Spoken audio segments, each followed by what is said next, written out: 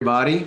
I'm Stu Zimmerman, host of the video podcast series called Reset with Stu Zimmerman, among other things, as well as the creator of Only the Source LLC, a transformational media company here to awaken, inspire, and empower you to more peaceful, playful, and loving life.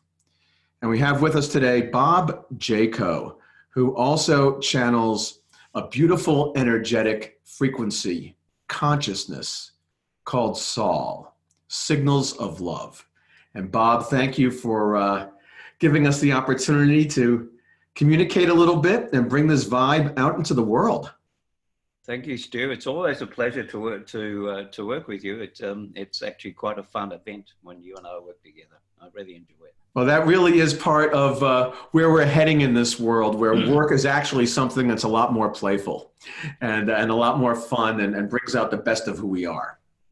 And so you've got a lot of best to bring out of you. So do you want to give everybody just a little bit of background here first before we dive in? Yeah, sure. Soul originated when I was 10. It started coming through me after my father started beating me up, and so I basically this particular frequency, this voice, if you like, emerged, and it's been with me for most of my life. It's 62 years now, where I've been transmitting soul on a very private basis, but in the last 18 months, I'm being encouraged to go more public with the information, to share the information and to share the wisdom of Source with whoever's willing to listen. And so what happens in this situation is that I normally will vacate the premises. That means my body.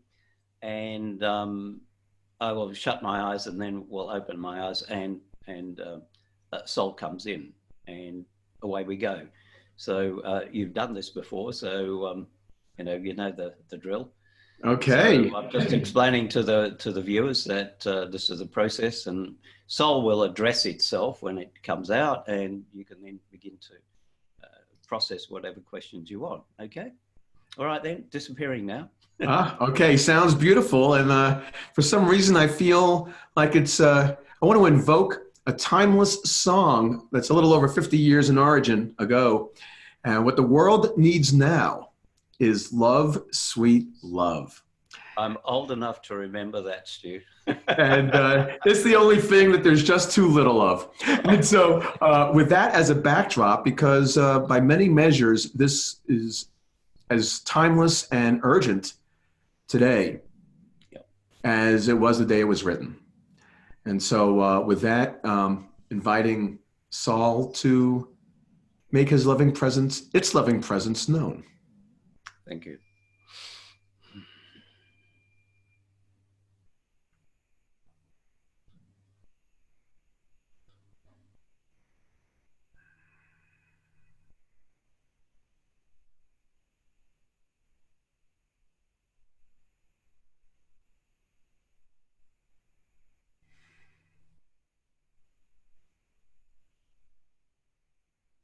So whenever Saul is ready to address us, we are eagerly awaiting the arrival. Welcome, my dear friend. We are most pleased to be in your presence once again.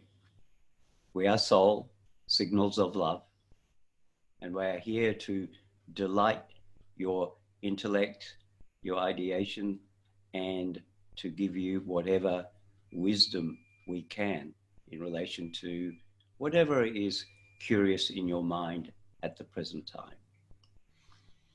Well, the first thing that comes to mind is, as you are referring to yourself in the plural as a we, can you share a little bit more about the nature of this we? Most certainly. We refer to ourselves as we, I, us, them, whatever terminology, for we are you. We are the one consciousness. We are every individual on the planet. We are beyond the planet.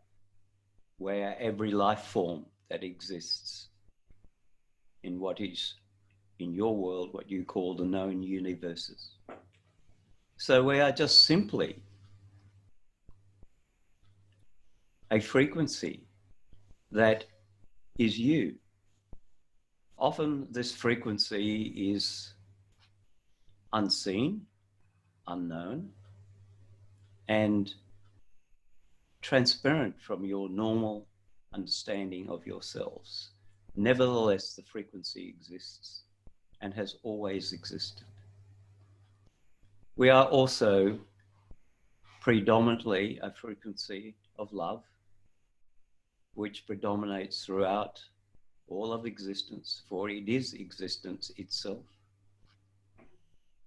And we are here to essentially remind you all that this is who you really are. And so in this emerging conversation we're about to undertake, we are here to give you words that often you receive yourselves, but you do not recognize the voice that is speaking to you. You often overlay it with your local mind. And so you suppress what we are always trying to show you or tell you. So therefore we are moving to a direct approach by which we use this vessel to explore the infinite questions that you have relating to why you exist and why you are constructing the physical world as you each experience it. That is who we are. We are you. Well, in that spirit, and you have also shared with us that you are essentially a frequency or frequencies of love, which in essence is what we are as well, and that you're here to remind us of that, then is it safe to say that you are reminding us that we are frequency?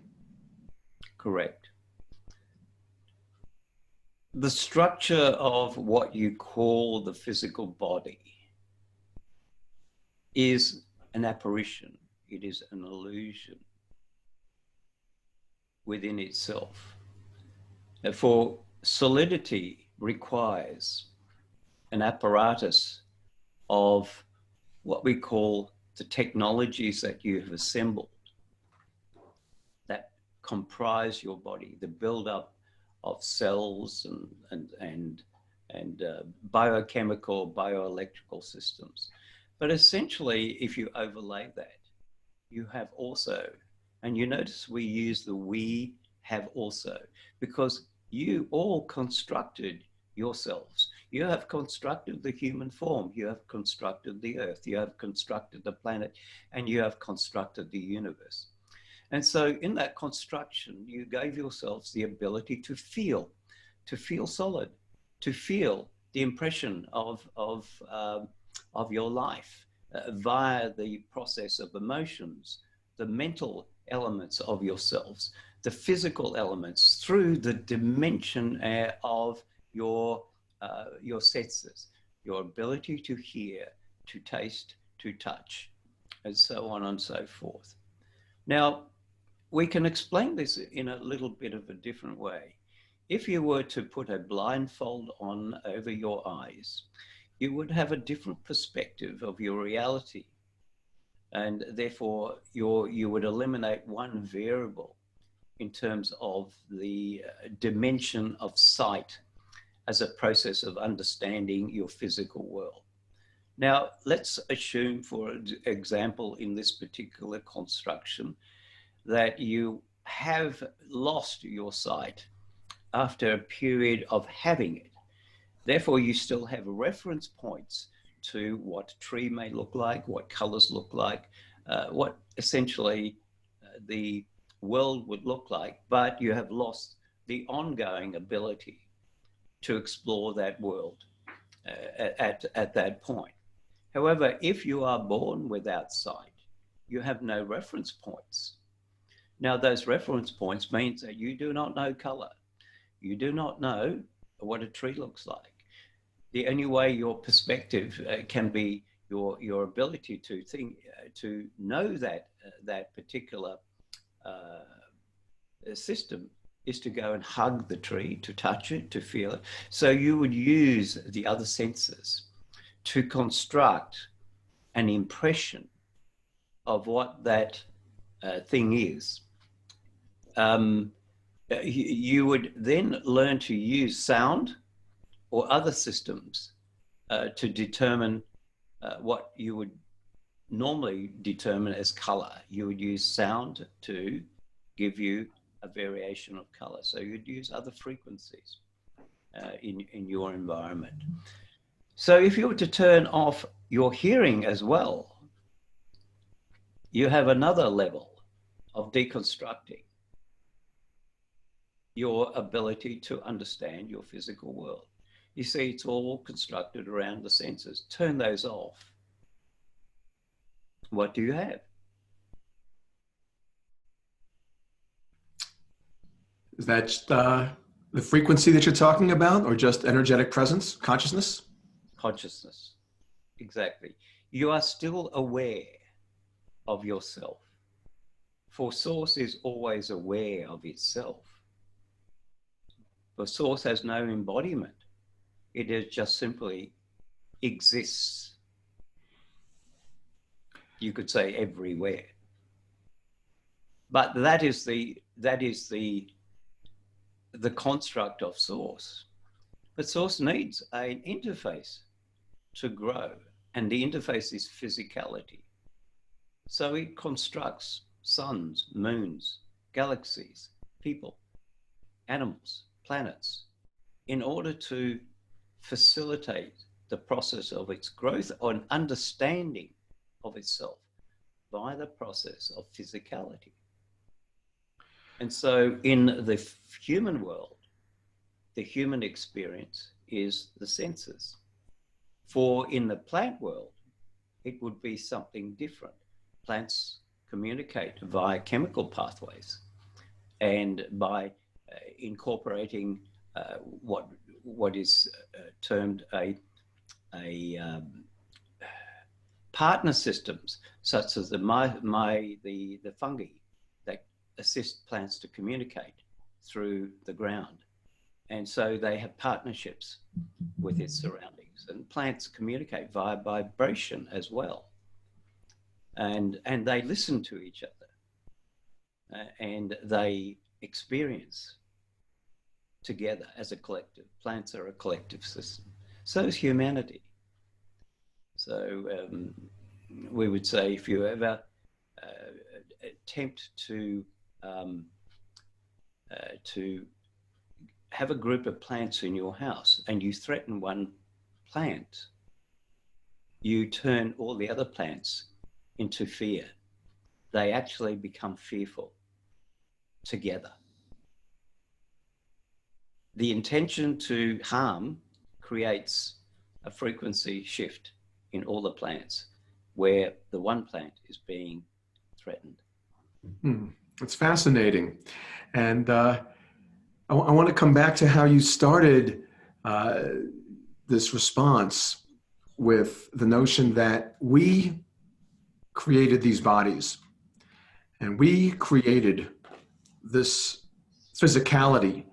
And is that what you're saying, in a way that we are Source, and that Source is living through us through this physicality that is each of us individually as well as in the totality of all creation?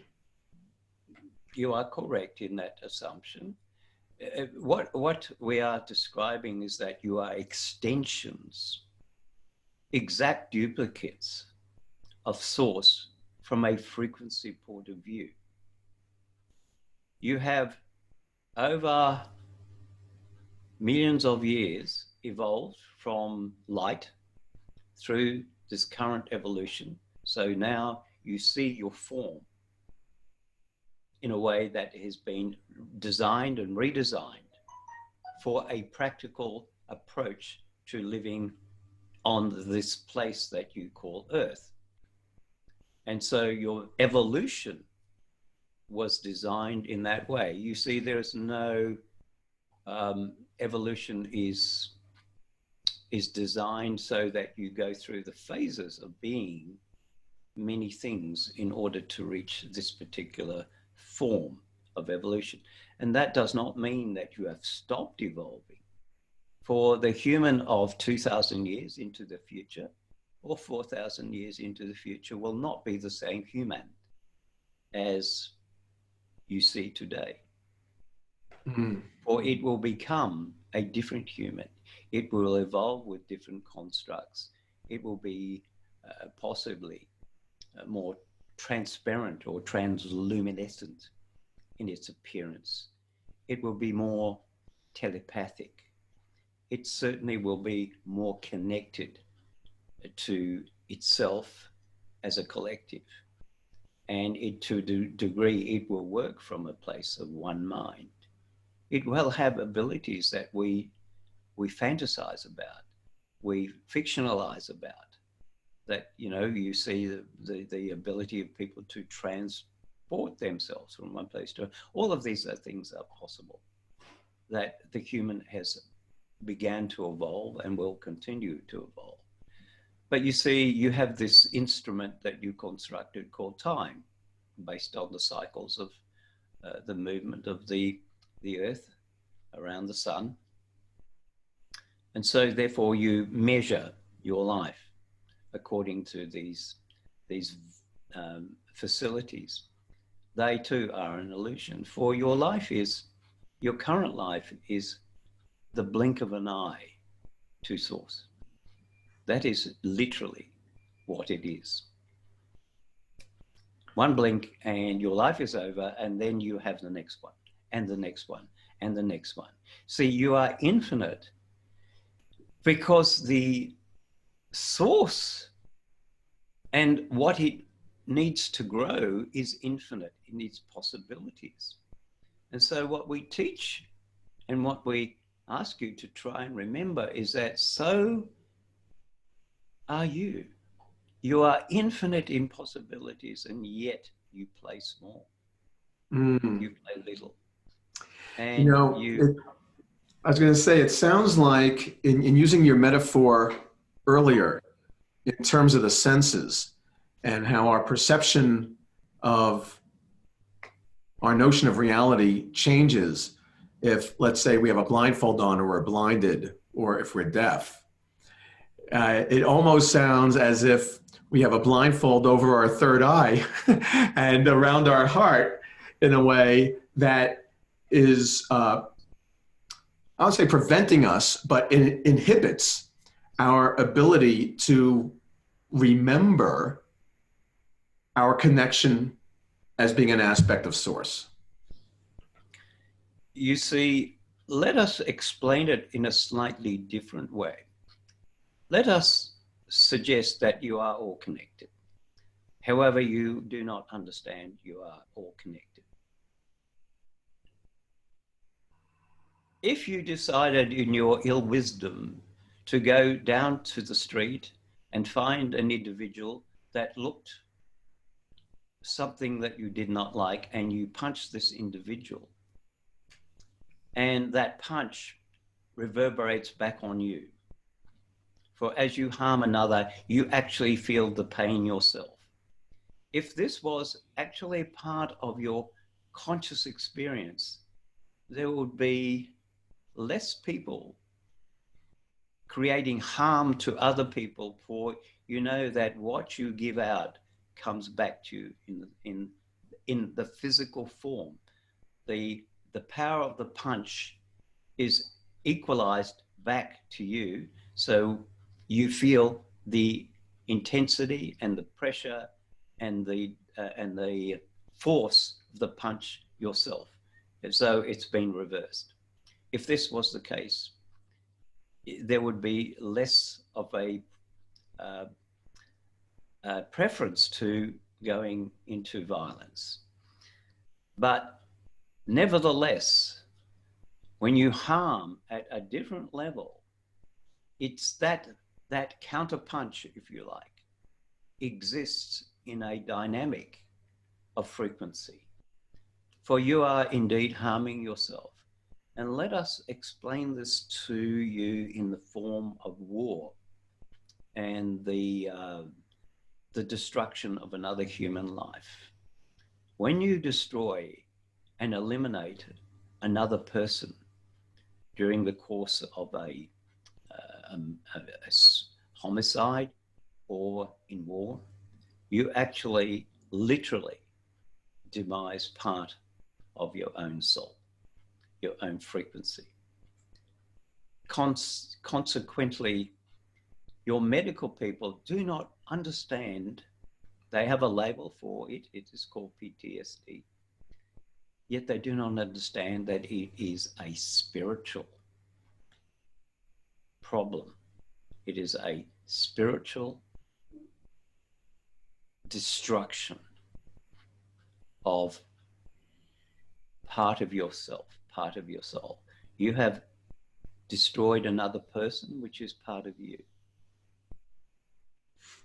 And you live your life not understanding why you feel in depression, not connected to the earth anymore.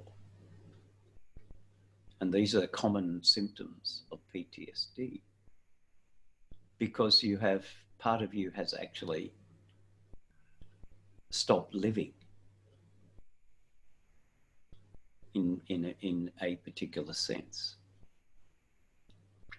So every thought, word, deed, and action has cause and effect on the collective.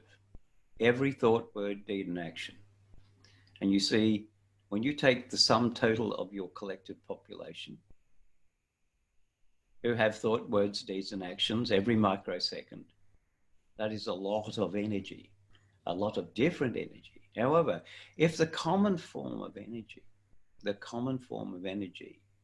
is not of the heart, then it must be of its opposite end. Okay? It must be not of the heart. So that is why you live in separation from yourselves in order to discover yourselves. And you could say there is no purpose, but there is a purpose. The purpose you choose in your physical world to be a host of this show is a personal choice.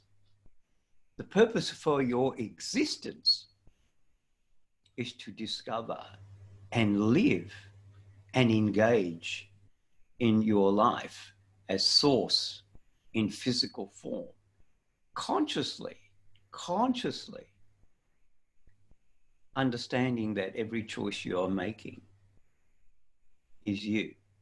Everything that you co-create, cooperate, and manifest in your life comes from you. And there's two parts of you.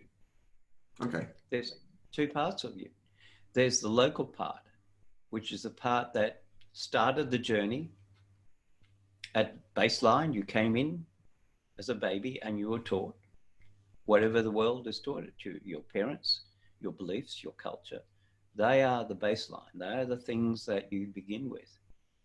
And it's your work to unravel all that, to discover who you are.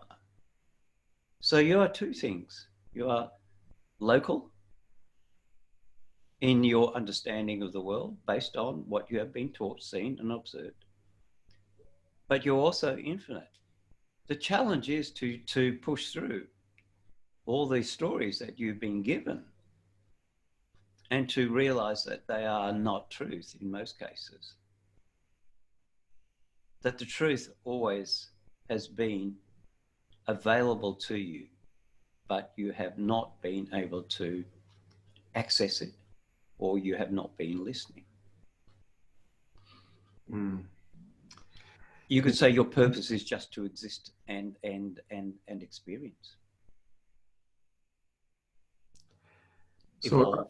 so a question is coming up here, a couple of them actually, with one being this notion that we do have choice in terms of what we pay attention to. And I wonder from the macro perspective, as you mentioned, we are essentially a blink in the cosmic eye of source in terms of this particular or any particular lifetime, or perhaps even the whole lifespan of the earth right now. Billions of linear years may simply be a blink in the eye of all of creation for all we know. The question is this one of free will versus some form of predetermination, because truly, if only this source is existing on a profound level, and it's only through its imagination and grace that we've been manifested as physicality for its own evolution on some level. Do you have any sense as to, is there any role of predestiny in any of this, or is everything simply one moment of free will upon another? The latter is the more correct. For destiny assumes that you are not in control of each and every experience, and therefore something or some other system ordains itself that suggests that you are being manipulated by the great puppet master. You are indeed, you're looking in the wrong direction, for you are the puppet master, you see. Free will was given to sources, all source extensions, all parts of itself, because it was the only way that source could learn without interference. It gave each and every aspect of itself the right to choose its path, the right to choose each and every experience. The only difference between source and its experience in the physical form, that in the physical world, the local world, you determine a label to your choice, good, bad, or indifferent. For to source, it is neither. It is just simply an experience. And therefore, the experience converts to a memory. And it is the memory that allows source to grow. For every time you choose an experience or have an experience, consciously or unconsciously, source gets it real time. You are sharing every thought, word, deed, and action with source. The source that is yourself, real time. And there are nearly 8 billion of you. Let's just keep it in this local realm, doing this and expanding its thing. Source, when it awoke, knew everything, but it had no experience of anything. So, and this is the process that is going on. It is to allow itself to grow more and more and build upon each level of experience and knowledge. It has the knowledge. It just turns that with experience into wisdom, but it uses the vehicle of a physicality of some kind to enable that.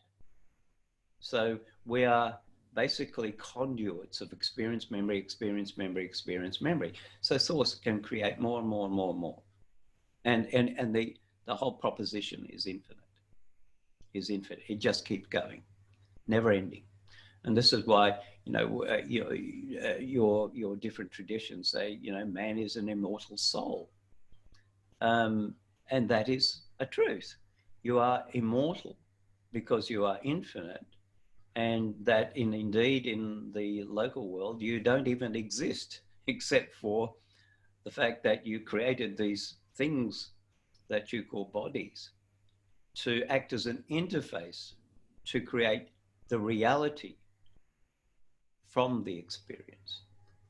You see, if you had eliminated emotions from the deal, so to speak, there would be no proposition for love because you would only think love. You know, you could not feel love.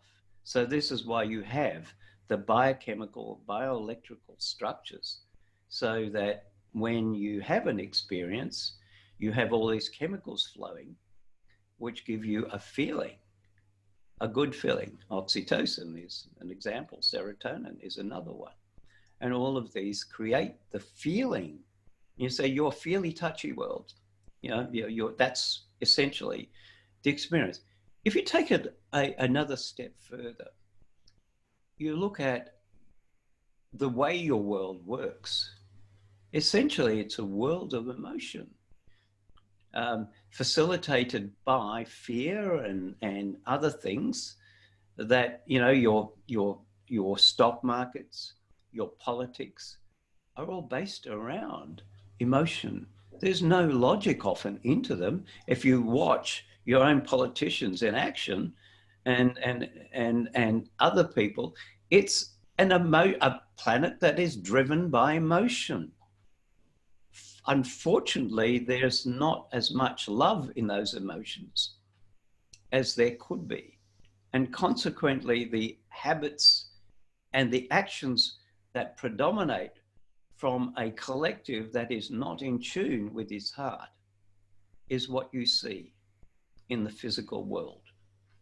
All of the world that you see, you have labels for it. You can call it ecological disaster, climate change, you know, the way that you've constructed your social matrix.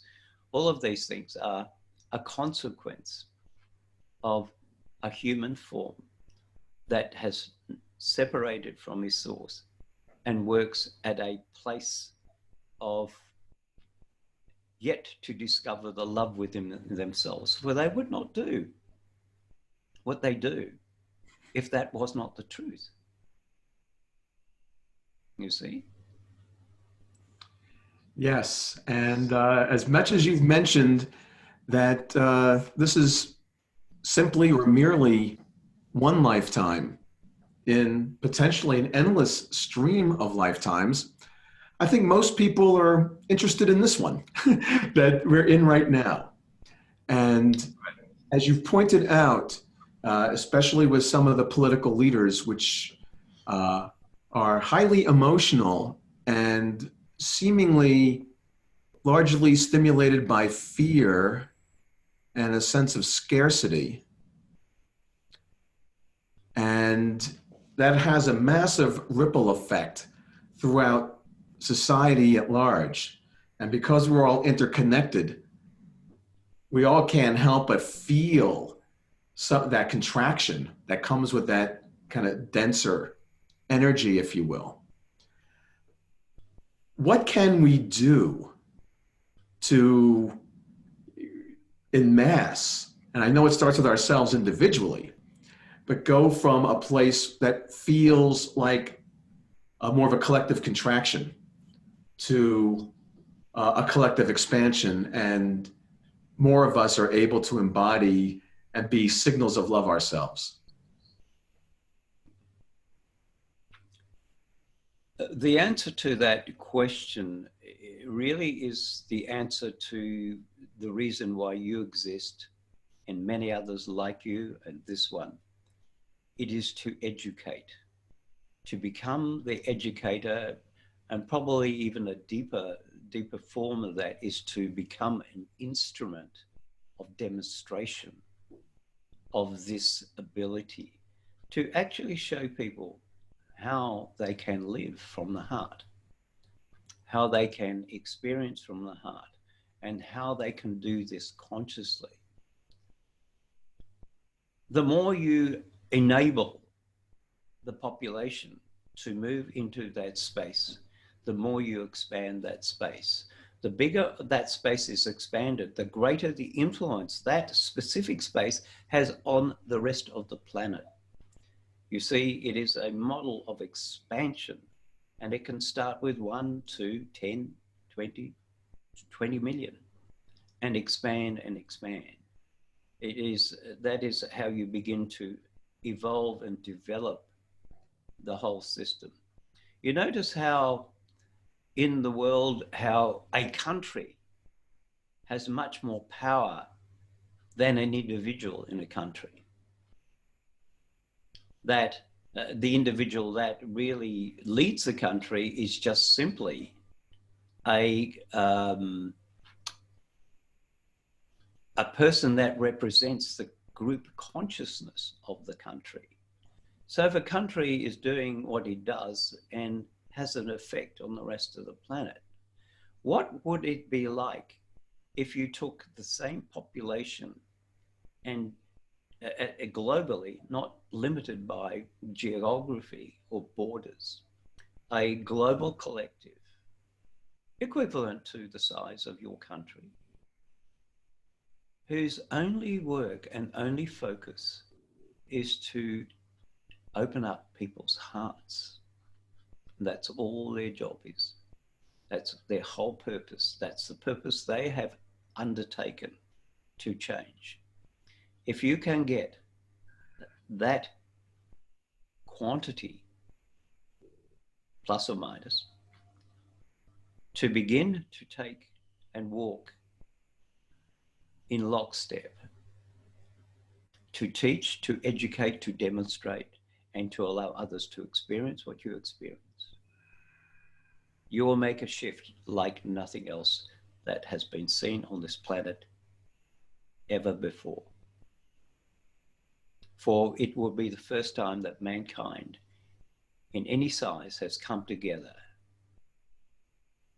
to actually walk the planet as they should have, as extensions of Source, consciously, in physical form, living a life through the heart.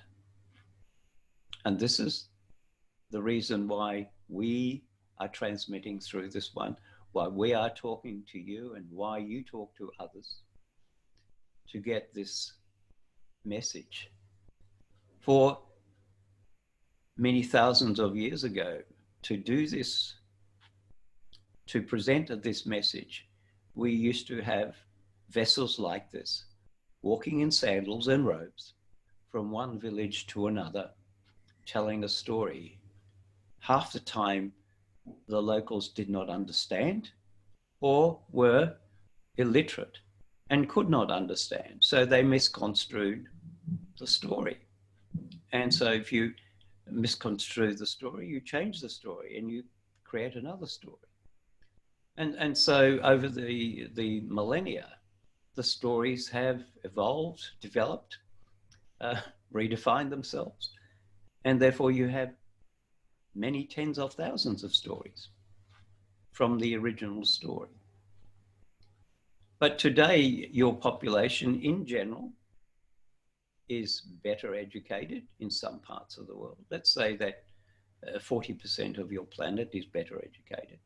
They understand more, and your ability to deliver via this thing called the internet is much more effective.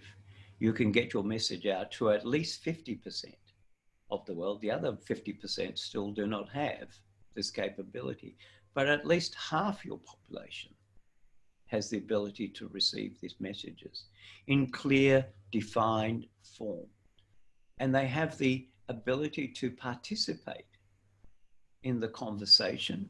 They have the ability to hear the message. And they also, which is more important, can learn to apply it in their daily lives. You see, you are here to experience, not to converse or not to even debate. You are here to take what you remember and what is given to you as information in order to convert it to actual experience. It's the experience that matters. And so when you're talking about experience, is that simply moment to moment awareness and noticing the frequency that Yeah. is being experienced in the body and transmitted? Yes. You could say that if you are aware of your mind and that it is always focused on the how and the why of a question. If I am out to do this thing that I do I do it from my local mind, or do I do it from my greater ability, from source frequency? Because the outcomes are different. So when you consciously begin to choose an action or thought, when you shift from local mind and ask yourself, how would my greater mind, how would my infinite mind, how would my infinite self experience this or create this experience? Your outcome is different, you see.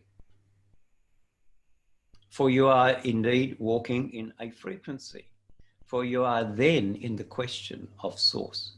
You are in that frequency because you have actually moved by shifting the framework of your question and asking another question from another place.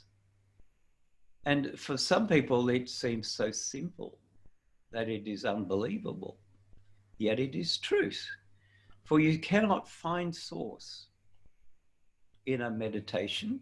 You can find peace in a meditation. You can find no mind in your meditation.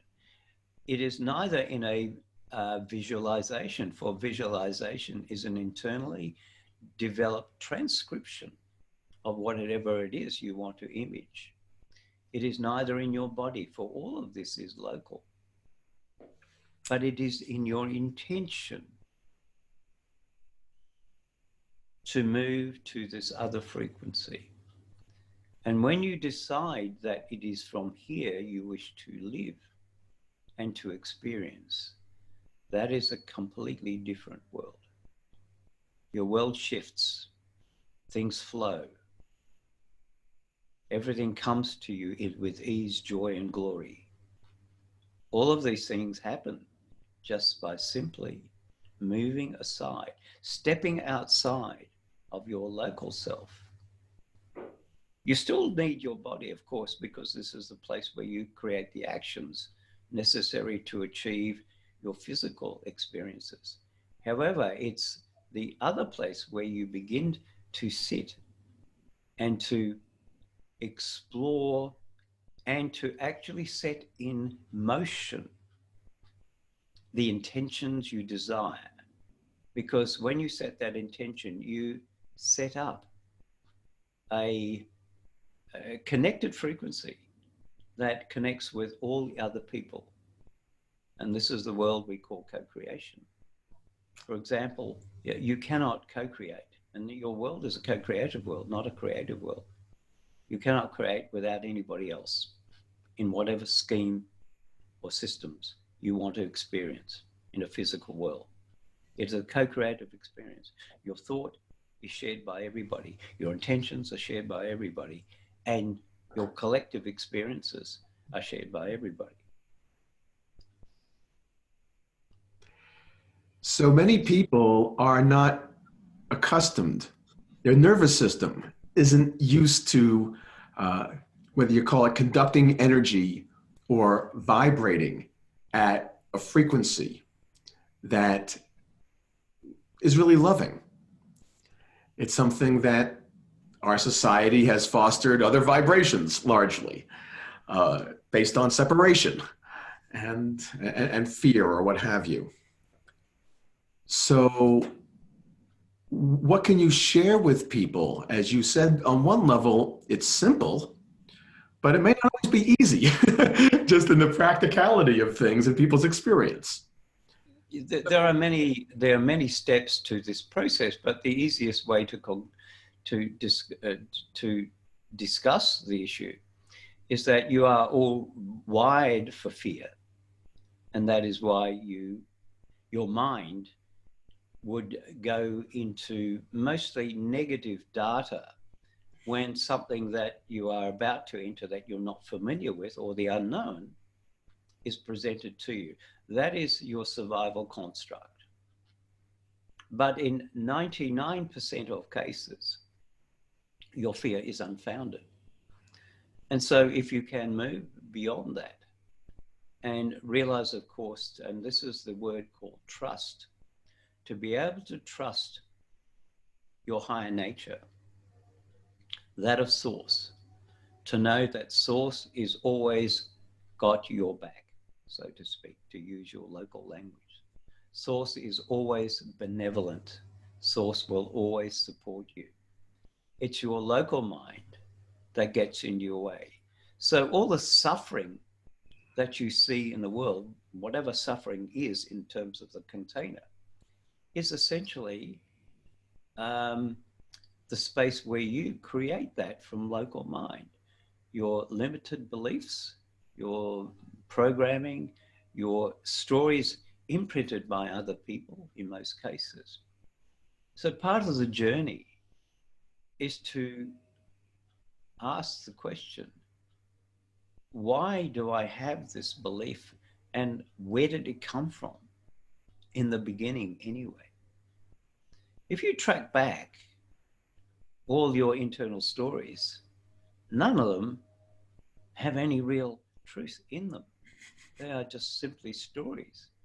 And in fact, if you track them back further by lineage, you would say that I got this from my parents, and they got that from their parents and their parents and their parents. It's, your heredity, your culture. And so all of these things are not you. They are your springboard to unraveling who you are. And once you begin to discover that all of this stuff is really not you, you then begin to understand. And you see, you do not, if you can push through the resistance, and this is the real thing, because at a certain point, as you begin to get older, you become more, what is the word we look for? You become more focused, you become more solidified in your beliefs. They become part of you. For you to identify with those beliefs, and you say, that is my belief system. I am this, I am that, I am Christian, I'm a bad person, I'm a good person, I'm a burglar, or I'm a millionaire, whatever it is, you identify with that specific part of you, because you are actually multidimensional. You have multidimensional aspects of yourself based on your belief systems. And you plop into those. They are like silos. One minute you're a father, and next minute you're on this system here, and then you are doing something else. So you identify with all these variables that you are, but they're not you either. They are just simply dimensions that you choose to be based on pre-programming on some system. What glues this all together is that you can pull yourself apart and put yourself together in many different ways. You can let go of old parts of you and bring in new parts of you. You say you're all like your body, which is always changing. New cells replace old cells. And you are renewing yourself all the time. And you are doing this at the mental, the emotional, and indeed the baseline, which I call the programs. You define a program as being a system or an energetic memory that no longer serves your purpose, and you make that choice. And that would be, if you could really do this, if you could wipe your hard drive clean and start again, and embed into that hard drive just a program of one thing, love, you have the baseline for a completely new rebuilding of yourself. And that is the opportunity that mankind has, is to rebuild itself into the image of source, but in a physical form, based on just love.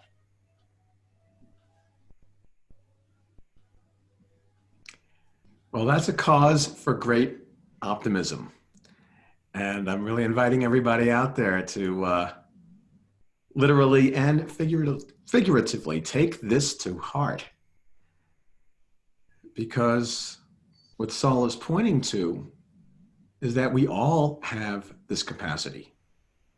And what I'm also getting, and maybe you can tell me if this is true, that because time is a bit of an illusion in and of itself as well, that each of us, whoever we are fully capable of living a life of love and with an awareness of being an aspect of source in this lifetime, no matter how old we are, because that is our ultimate essential nature, even if we have largely been unaware of it.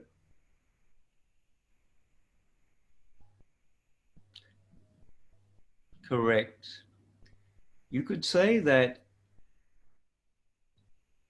a person that awakes, no matter where they are in their time journey, who fully awakes and lives in the construct of consciousness, the one that has let go of all of the infinite limitations and sees their world as infinite possibilities, opens a pathway to all possibilities. You see, that pathway, once the limitations are gone, there's nothing stopping them. For you are your own, you create your own resistance. You get in your own way. You create your own limitations, every one of you. And yet you do not see that. For if you could decide, and I shall repeat that word, decide, that your intention is to work with Source, to interface with Source, to live a fraction of your time to begin with, whether it is 2 minutes or 2 hours a day, to see the difference that comes into your life, your physical life, and then decide, once you have experienced that, to have more of that, you will very quickly change what you bring into your life experience. The trajectory and the circumstances of your life will shift at all levels, at all levels. So wherever your limitations have been, wherever your resistance has been, wherever your suffering has been, you literally dissolve them. For you have moved from one state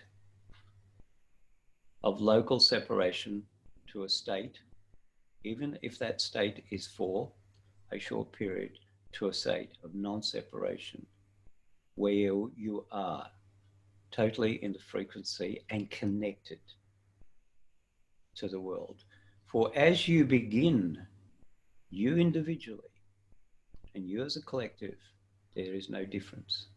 For as you begin this opening up process, so does humanity. However, you do not see that individually, but you are the instrument of it.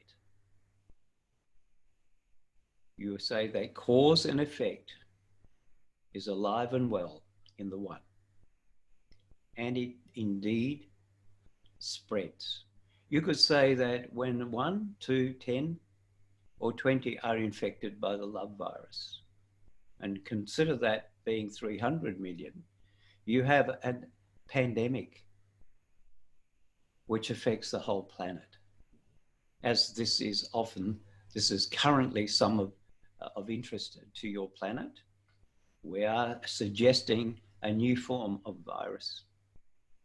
We call this the love virus.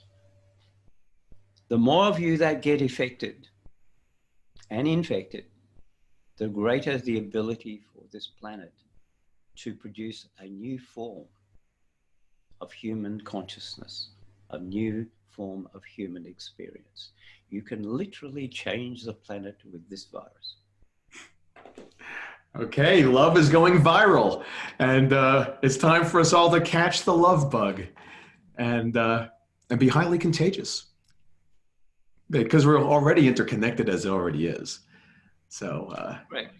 If you begin to look at why this particular thing has appeared on your planet, it is a direct reflection of how we are interconnected systems.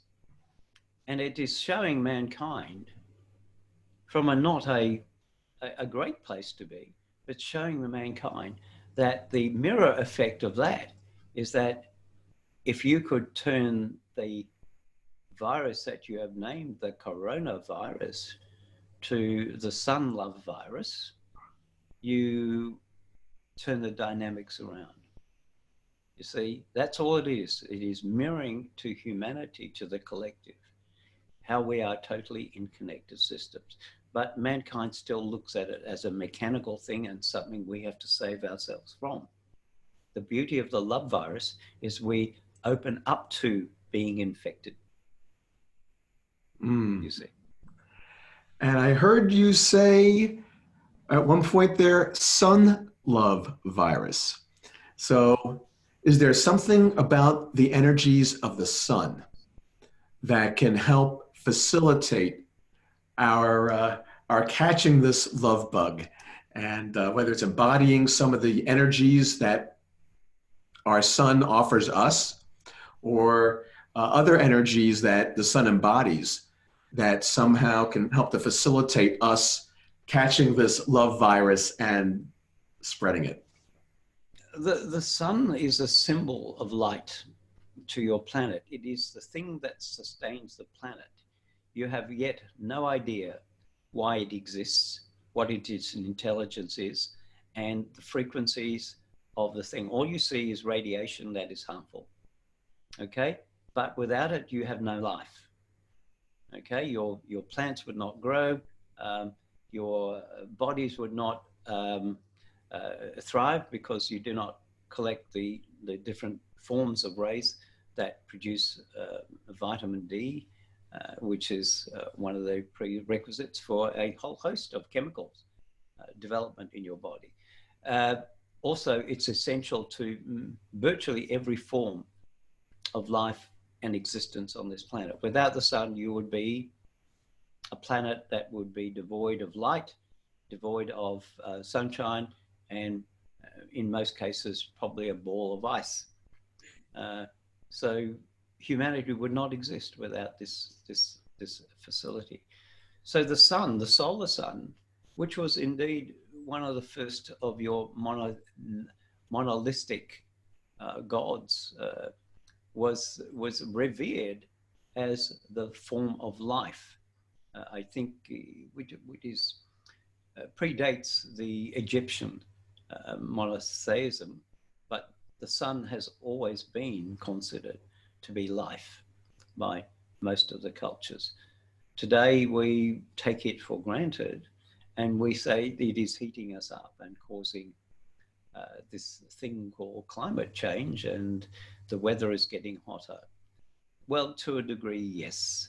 But you see, humanity also collectively changes the weather. You do not understand that your rage creates hurricanes.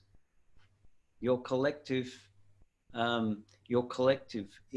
as a collectivism can cause, as things heat up, as humanity heats up, then of course you affect the weather. Everything is an interchangeable system. So the collective emotions of humankind affects weather patterns. Ask yourself questions why your scientists have never been able to predict weather. It's as though you can predict somebody's emotions. See the two together? They are not predictable, yet they are. You can say there's a prediction in the stock market that, when, things are not going well, people are in fear. And when things are going well, people are buying. And when things are not so well, they just sit on their hands. And you could see that there is a physics in the form of the movement of emotions. And so it is with weather patterns. Humanity deploys its emotional field that affects the energy of the planet, as well as other things such as technology. Your emotions affect your computer. When you're about to throw your computer out the window for you are having experiences with it that it's not working so well, your emotions are affecting the electromagnetic fields in your computer. Therefore, it is responding to the way you feel about it. So you affect all things, even things that you call technology. This is how vast your abilities are, that you affect everything in your world, everything. So when you love your computer and you'll love your motor vehicle, it will respond accordingly.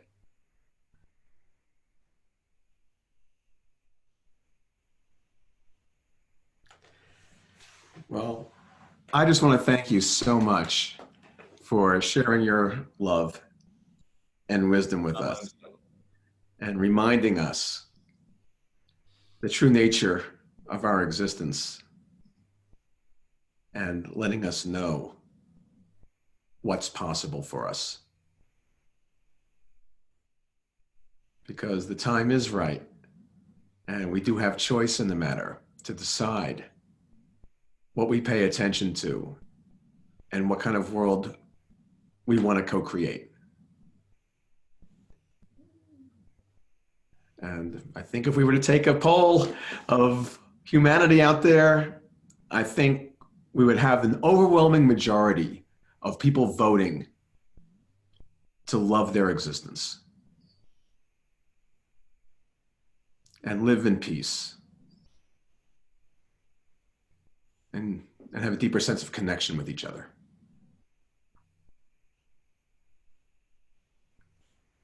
So if you have any final words, Saul, I invite you to offer them now. And again, I just want to say on behalf of everybody watching, whoever will watch, thank you for your presence today. You are most welcome. Our dissertation has concluded, and we are most grateful for allowing us to be in your presence. And what we say to all of humanity is, above all, love yourself. For when you love yourself, you love all of humanity. It is very simple. Love all parts of your journey. Love all parts of you, your body, your mind, and your spirit. And know that it is just an illusion. For when you discover the frequency of that which we are, you'll see a different world. Thank you so much. Thank you, Saul. And thank you, everybody, for tuning in. And thank you, Bob Jayco.